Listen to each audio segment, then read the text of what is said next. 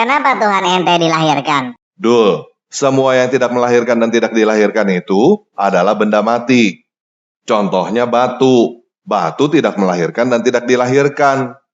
Kalau Tuhanmu tidak bisa melahirkan dan tidak bisa dilahirkan, berarti Tuhanmu adalah benda mati.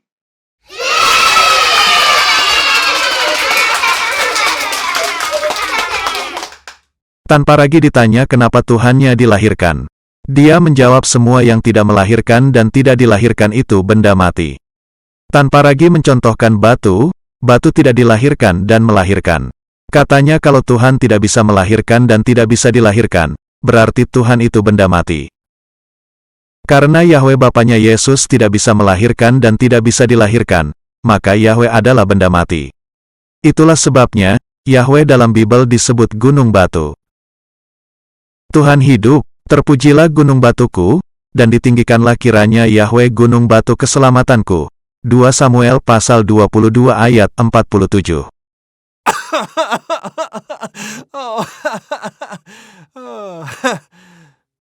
Tolong.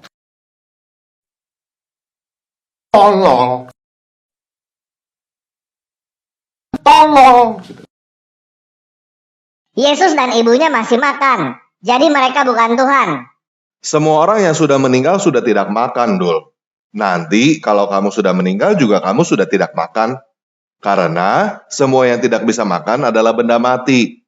Kalau Tuhanmu tidak bisa makan, berarti Tuhanmu adalah benda mati.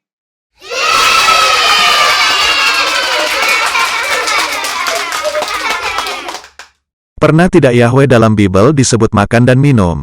Kalau kamu menyebut Tuhan yang tidak makan adalah benda mati, berarti Yahweh Bapanya Yesus benda mati dong.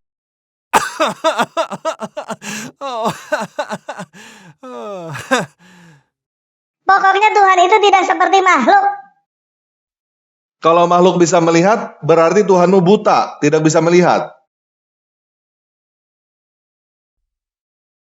Kalau makhluk bisa berbicara dan mendengar, berarti Tuhanmu bisu dan tuli.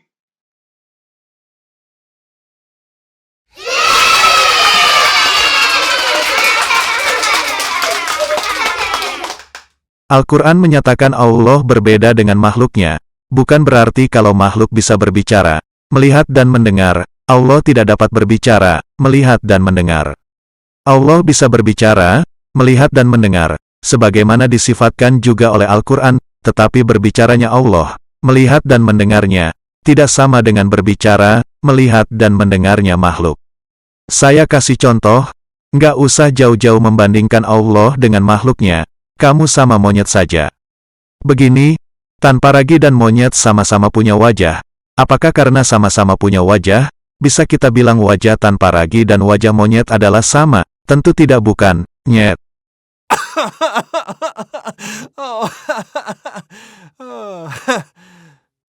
Tolong.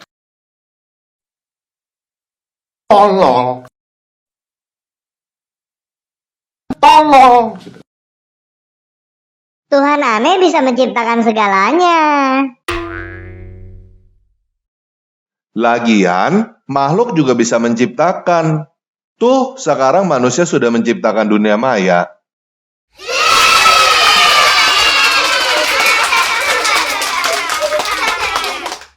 Nggak ada otak. Alam semesta dengan segala isinya ciptaan Allah disamakan dengan dunia maya buatan manusia. Yesus yang dia anggap Tuhan tak mampu mencipta makhluk terkecil pun dia bilang realita. Sementara Allah yang berkuasa mencipta alam semesta dengan segala isinya termasuk Yesus yang dia sembah dibilang konsep. Ketuhanan dalam Kristen itulah yang konsep. Konsep Trinitas masih dalam perdebatan, Yesus apakah Tuhan atau hamba juga masih dalam perdebatan, bahkan nama Tuhan dalam Kristen masih dalam perdebatan.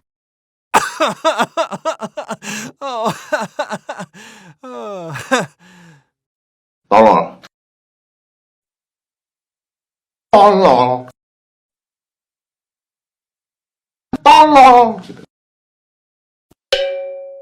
Halo semua.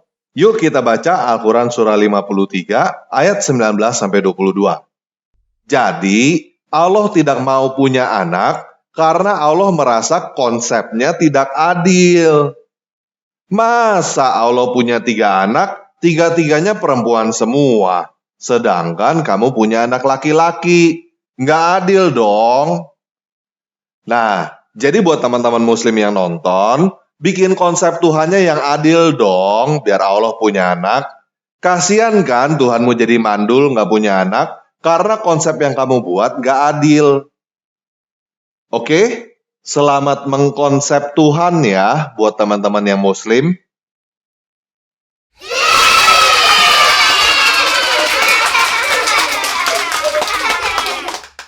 Biar saya jelaskan sedikit ya. Orang-orang musyrik Mekah dahulu, bila istri mereka melahirkan anak laki-laki, mereka akan sangat senang dan membanggakannya. Karena anak laki-laki mereka anggap akan dapat membantu ketika berperang dengan suku lainnya. Tetapi bila mereka mendapat anak perempuan, mereka sangat bersedih. Karena anak perempuan mereka anggap hanya akan menjadi beban keluarga dan tidak dapat membantu menolong suku mereka. Orang-orang musyrik Mekah ini mempunyai penyimpangan dalam beragama. Mereka menjadikan berhala-berhala menjadi anak-anak perempuan Allah, sedangkan untuk mereka anak laki-laki karena mereka tidak ingin mempunyai anak-anak perempuan. Seandainya pembagian ini mereka lakukan dengan sesama mereka, maka pembagian itu akan dianggap tidak adil. Jadi yang dianggap tidak adil di sini bila pembagian itu dilakukan oleh sesama mereka. Buktinya ketika orang-orang Nasrani menganggap Yesus anak Allah, Allah tetap murka kepada mereka padahal Yesus itu laki-laki. Umat Islam tak perlu membuat konsep ketuhanan seperti kafir Kristen, karena Allah telah menyatakan bahwa dirinya tidak beranak dan tidak diperanakan. Dan tidak tepat juga tanpa ragu menyebut Allah mandul karena tidak mempunyai anak, karena Allah berbeda dengan makhluknya. Lebih tepat sebutan mandul itu untuk Yahweh dalam Bible. Yahweh disebut segambar dengan manusia, digambarkan oleh kafir Kristen sebagai kakek tua berambut panjang dan berjanggut panjang yang sudah beruban. Karena segambar dengan manusia, maka tentunya Yahweh juga bertitit. Bertitit tapi tidak punya anak biologis namanya apa kalau bukan mandul, tanpa ragi.